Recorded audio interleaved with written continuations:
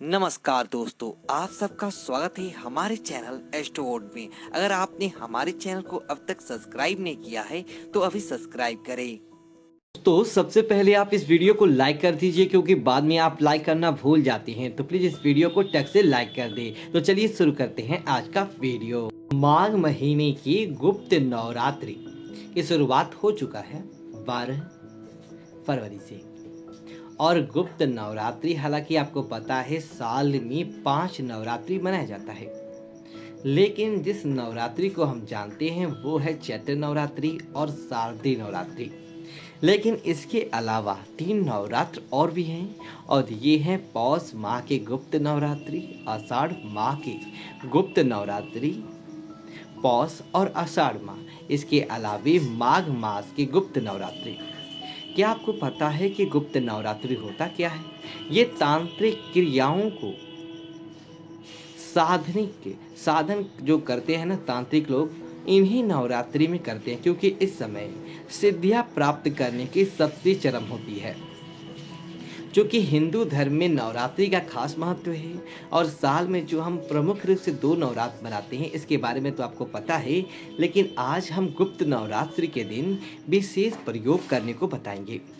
देखिए, गुप्त नवरात्रि जो है ना, इस बार चूंकि 12 घट स्थापना हो चुका है अभी तक, लेकिन आज से जो गुप्त नवरात्रि अभी से शुरू हो चुका है, इस नवरात्रि में जो आप लगातार 9 दिनों तक माँ दुर्गा के 32 नामों को जप करें, और फिर अंतिम दिन पीले कागज पर लाल पेन से माँ दुर्गा के 32 नाम लिखकर आप अपने पति के पर्स में, बच्चों के बैग में, आप अपने पर्स में अगर आपको इसको लिख कर रख लेते हैं, तो तमाम विपत्तियों से, दुर्घटनाओं से, शत्रु से, कुंडली के जो शत्रु वाला दोष होता है, बहुत सारे लोग शत्रु हो जाते हैं, शत्रु हंता योग को भी नष्ट कर देता है।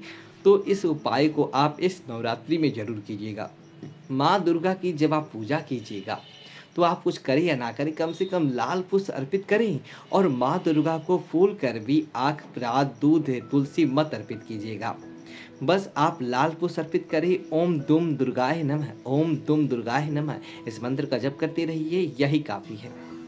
लेकिन आज हम बात करें भगवान सूर्य को जल देते समय इस गुप्त नवरात्रि में क्या अर्पित करें कि जीवन के कष्ट मिट जाएं। देखिए, वैसे तो माँ दुर्गा के बहुत सारे मंत्र हैं, लेकिन आज हम आपको जो बताने वाले हैं, एक तो भगवान सूर्य को जल अर्पित करने का तरीका, और दूसरा एक महिलाओं से संबंधित बहुत सारी महिलाओं के प्रश्न हैं। विवाहित जीवन में कोई तीसरा आ गया है तो क्या करें? तीसरा कोई भी हो सकता है। तीसरा में ये नहीं है कि पति पत्नी और वो ही। तीसरा का मतलब होता है किसी और के कारण आपके वैवाहिक जीवन आपका तहस नहस हो रहा है, टूटने के कगार पर है। तब इस गुप्त नवरात्रि में छोटा सा प्रयोग आप हमको करने को बताएंगे।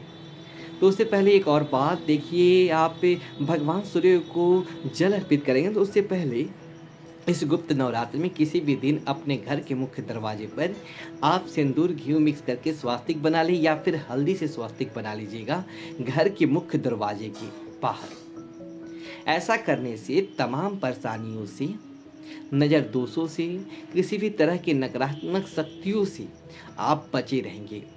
तो भगवान सूर्य को जल इस नवरात्रि में कैसे अर्पित करें? जो भगवान सूर्य है ना, एकमात्र प्रत्यक्ष देवता है, और सूर्य भगवान को सीधे तौर पर देखा भी जा सकता है। अगर उनकी पूरी श्रद्धा भक्ति से पूजा करें तो समस्त मनोकामनाएं पूर्ण होता है।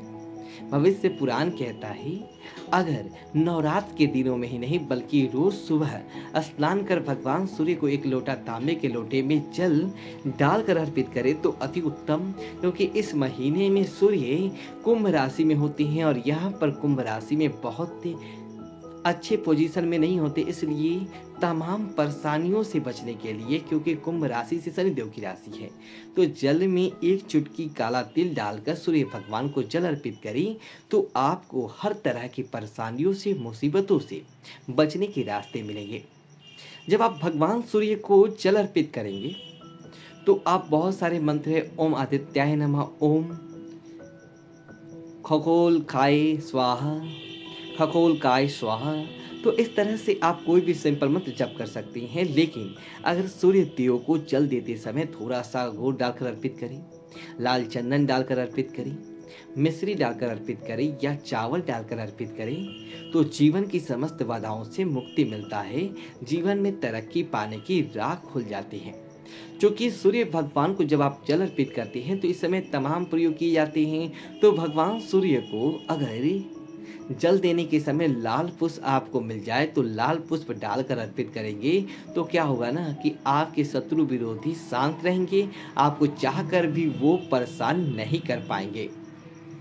तो जब इस सूर्य देव को जल अर्पित कीजिएगा, लगातार मंत्र पढ़िए, नहीं तो कुछ समझ में आए तो गायत्री मंत्र पढ़िए और फिर भगवान सूर्य को जल अर्पित करें। देखिए सूर्य जो है ना पिता का कारक है, आत्मा के कारक हैं, और अगर कुंडली में सूर्य सही हो जाए तो जीवन की खुशियाँ बढ़ जाता है, मान सम्मान प्राप्त होना, खूब धन यश कमाना, सब कुछ आसानी से मिलने लगता है। तो सूर्य देव को जब जल अर्पित कीजिएगा तो आप कुछ ना कुछ डालकर ही अर्पित करें, और जब जल अर्पित करें तो लोटे को अपने माथे से ऊपर रखें। तो जल्दी असली मुद्दे पे आते हैं, आपसे वादा किया है महिलाओं के लिए खास। कई बार क्या होता है ना कि आपके घर में आप पति पत्नी में नहीं बन रहा, आप लोगों में कुछ नहीं है, कभी सासू माँ तो कभी कुछ कह देती हैं तो आप पति से लड़ पड़ती हैं, पति बेचारे भी क्या करे, सारा दिन परेशान होकर घर आती हैं। तो कभी कभी पति लोग भी पत्नियों को भी नहीं समझते हैं, तो कोई दूसरा कोई है, मेरे माता पिता भाई बहन तो मेरे अपने हैं, तो टेंशन बढ़ जाता है। तो कभी कभी आप दोनों के लाइफ में हो सकता है आपकी पत्नी के लाइफ में कोई आ गया हो, या हो सकता है आपके पति के लाइफ में कोई आ गया हो, अब प्रेम हो गया है, झगड़े लड़ाई दिन रात उठ रहे, लगता है रिश्ता ही टूट जाएगा। आप नहीं चाहते कि यह रिश्ता टूटे, क्योंकि अक्सर लोग नहीं चाहते रिश्ता तोड़ना। अब ऐसे में क्या करेंगे, आप इस गुप्त नवरात्रि के समय एक पान का पत्ता, 2 पान का पत्ता एक्चुअली में लीजिएगा। आप रविवार के दिन या मंगलवार के दिन ये उपाय करें, याद रखिए रविवार या मंगलवार। 2 पान का पत्ता और बटर आपको अमूल बटर मिल जाएगा मार्केट में, आप ला सकते हैं, लेकर जाइए माँ दुर्गा के मंदिर में, और कुछ मत लेके जाइए। मन हो तो आप सब कुछ लेकर जा सकते हैं, पुष्प है, धूप है, दीप है, बस इतना ही काफ़ी है।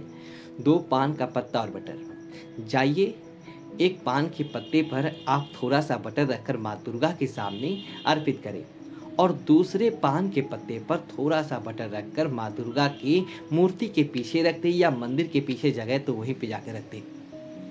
फिर कातर भाव से माँ दुर्गा से प्रार्थना करें, क्योंकि जहाँ पर माँ दुर्गा का मंदिर होता है ना, वहाँ पर 5 देवता होते हैं। कौन कौन? शिव जी, ब्रह्मा जी, विष्णु जी, गणेश जी होते ही हैं। तो 5 देव, यानी कि यहाँ पर पंचायत है, इसको शिव पंचायत कहते हैं। अब माँ दुर्गा है तो नवरात्र है, सिद्धियाँ प्राप्त करने का दिन है, कीजिए ना अर्पित। आप देखिएगा 3 महीने के अंदर पॉजिटिव रिस्पॉन्सिबिलिटी मिलेगा, आपका प्यार आपका हो जाएगा। दोस्तों यदि आपको वीडियो अच्छी तो वीडियो को लाइक करें और कमेंट में जय दुर्गा माता लिखिए और जय माता दी लिखिए, और हमारे चैनल को सब्सक्राइब करें। धन्यवाद दोस्तों।